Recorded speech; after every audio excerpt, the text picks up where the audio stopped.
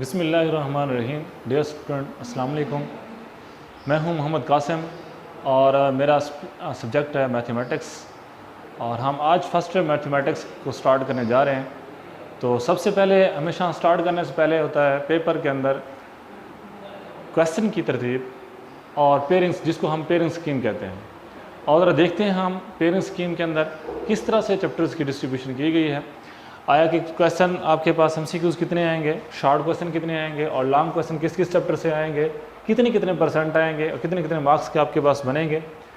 तो हम चैप्टर आपके पास टोटल इस बुक के अंदर 14 चैप्टर हैं, जिसकी आपके पास कुछ पेयरिंग स्कीम इस तरह से है कि पहले चैप्टर में से आपके पास 7% का पेपर आएगा, जिसकी जो मतलब कि 7 मार्क्स का पेपर आएगा। उसमें एक एमसीक्यूज़, 3 शॉर्ट क्वेश्चन, उसमें लॉन्ग क्वेश्चन कोई भी नहीं होगा। और इसी तरह से आपके अगर हम दूसरे चैप्टर के बारे में बात करें तो इसमें 12% का पेपर आएगा, 12 मार्क्स जिसके बनेंगे, और इसमें एक एमसीक्यूज़ और 3 शॉर्ट क्वेश्चन और एक लॉन्ग क्वेश्चन आपके पास आएगा।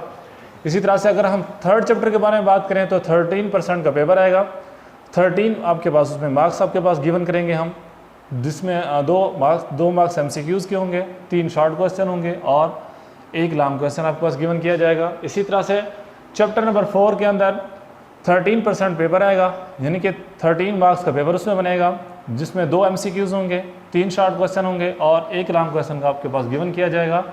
इसी तरह से आपके पास चैप्टर नंबर 5 पे अगर हम आएँ तो 12% का पेपर बनेगा, जिस तरह मतलब कि 12 मार्क्स उसके अंदर से हम गिवन करेंगे, एक एमसीक्यूज़ होगा, 3 शॉर्ट क्वेश्चन और एक लॉन्ग क्वेश्चन आपके पास गिवन किया जाएगा।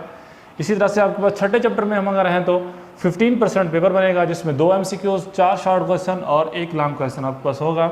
इसी तरह से चैप्टर नंबर 7 के अंदर 8% पेपर बनेगा, मीन के 8 मार्क्स का पेपर होगा, और इस चैप्टर में से आएगा जो कि 2 एमसीक्यूज़ होंगे, 3 शॉर्ट क्वेश्चन और लॉन्ग क्वेश्चन इसमें बिल्कुल नहीं होगा।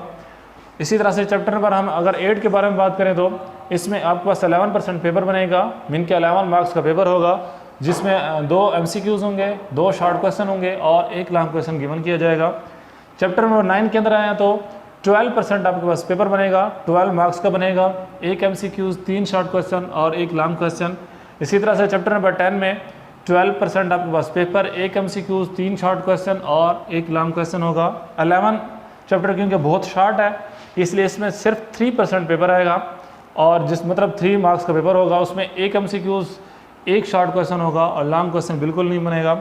इसी तरह से 12 चैप्टर 12 और 13 जो कि बहुत मोस्ट इंपॉर्टेंट चैप्टर हैं, उनमें से आपके पास एक में 12 चैप्टर में 13% पेपर बनेगा, यानी कि 13 मार्क्स का पेपर होगा, जिसमें 2 एमसीक्यूज़, 3 शॉर्ट क्वेश्चन और एक लॉन्ग क्वेश्चन होगा। इसी तरह से 13 में आया तो 8% पेपर बनेगा, 8 मार्क्स का, मीन के उसमें एक एमसीक्यूज़, एक शॉर्ट क्वेश्चन और एक ही लॉन्ग क्वेश्चन होगा। और इसी तरह से 14 चैप्टर क्योंकि सिर्फ एक एक्सरसाइज है उसमें, तो लिहाजा उसमें सिर्फ 5% पेपर बनेगा और वो 5 मार्क्स का होगा, लिहाजा एक एमसीक्यूज़, 2 शॉर्ट क्वेश्चन के साथ इसमें लॉन्ग क्वेश्चन बिल्कुल नहीं बन सकता और ना ही बनेगा। तो लिहाजा इसी तरह से आपके पास टोटल बुक की डिस्ट्रीब्यूशन कुछ इस तरह से है, और ये एमसीक्यूज़ आपके पास टोटल बनेंगे 20 एमसीक्यूज़, 20 एमसीक्यूज़ और अटैम्प्ट भी 20 करने होंगे। इसी तरह से जो शॉर्ट क्वेश्चन है वो आपके पास टोटल बनते हैं 37, जो हमने अटैम्प्ट करने होंगे वो आपके पास होंगे 25 आपके पास शॉर्ट क्वेश्चन हमने अटैम्प्ट करने होंगे, और लॉन्ग क्वेश्चन टोटल आपके पास होंगे ए और बी पार्ट के साथ 10 आपके पास लॉन्ग क्वेश्चन होंगे ए और बी पार्ट के साथ। और अगर ए और बी पार्ट टोटल क्वेश्चन आपके पास होंगे 5, जिसमें से हमने अटैम्प्ट करने होंगे 3 अटैम्प्ट करने होंगे, टोटल क्वेश्चन आपके पास 5 होंगे, ए और बी पार्ट के साथ आपके पास टोटल 10 पार्ट बन जाएंगे। तो शॉर्ट क्वेश्चन की जो आपके पास तरतीब है वो आपके पास पहला क्वेश्चन क्योंकि एमसीक्यूज़ का हो गया, क्वेश्चन नंबर 2 शॉर्ट क्वेश्चन के पोर्शन में ये क्वेश्चन नंबर 2 हुआ, पहले 4 चैप्टर्स का एक आपके पास पोर्शन बनेगा।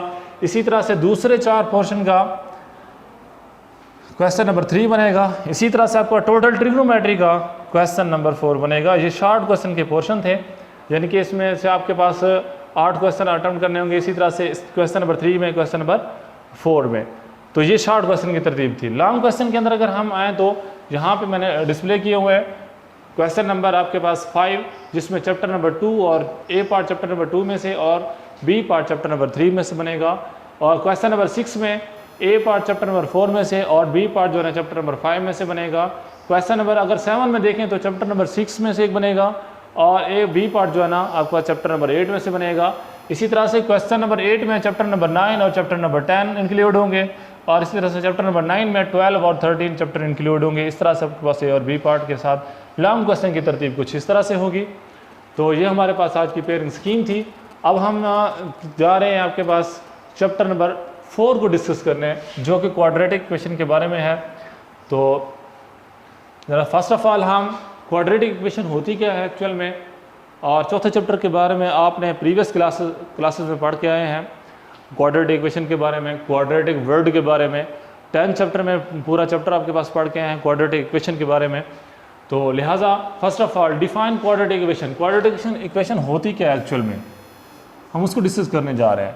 आपके पास an equation which contains square of unknown variables और quantity but no higher power, यानी कि इसके अंदर आपके पास जो वेरिएबल्स होंगे उसकी जो डिग्री होगी या उसकी जो पावर होगी वो आपके पास सिर्फ 2 होगी, स्केयर होगी। स्केयर के अलावा कोई और आपके पास हायर पावर नहीं होगी, मीन के क्यूबिक या आपके पास बाई क्वाड्रेटिक नहीं होगा। हमारे पास सिर्फ उसकी पावर जो है ना 2 होगी। जैसे स्टैंडर्ड फॉर्म में दिखाया गया है ax square plus b x plus c equal to 0, यानी कि इसमें वेरिएबल्स की जो पावर है वो हाईएस्ट पावर आपके पास 2 होगी, इससे ज़्यादा नहीं होगी।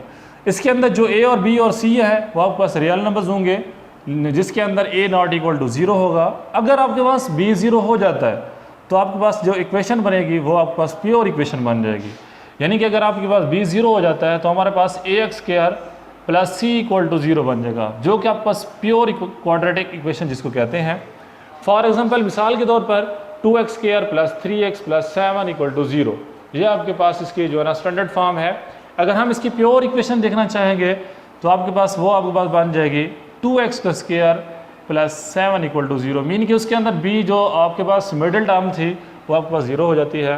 लिहाजा ये आपके पास क्वाड्रेटिक इक्वेशन के बारे में कंसेप्ट था। उसके बाद आपके पास इसको सॉल्व करने के कुछ तरीके हैं, कुछ बेसिक मेथड्स हैं, वो मैंने डिस्प्ले किए हुए हैं। By factorisation, first of all पहला मेथड जो आपके पास होगा बाय फैक्टराइजेशन होगा, दूसरा जो आपके पास होगा वो कंप्लीटिंग स्क्वायर होगा, और तीसरा जो आपके पास होगा वो बाय क्वाड्रेटिक फार्मूले के ज़रिए हम सॉल्व करेंगे।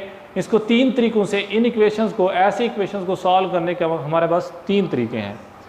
तो आइए ज़रा देखते हैं एक्सरसाइज 4.1 में एक क्वेश्चन हम सॉल्व करते हैं।